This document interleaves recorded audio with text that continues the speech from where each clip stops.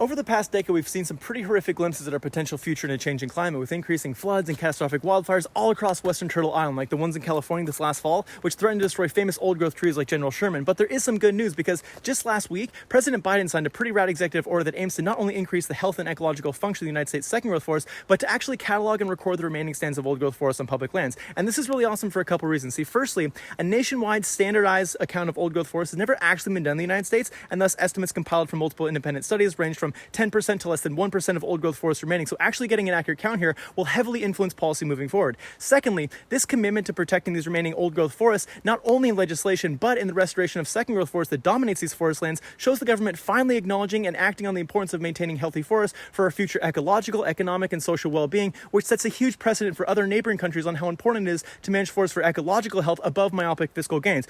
Canada. Excuse me, all this privatized colonial capitalist destruction, it's got me kind of sick.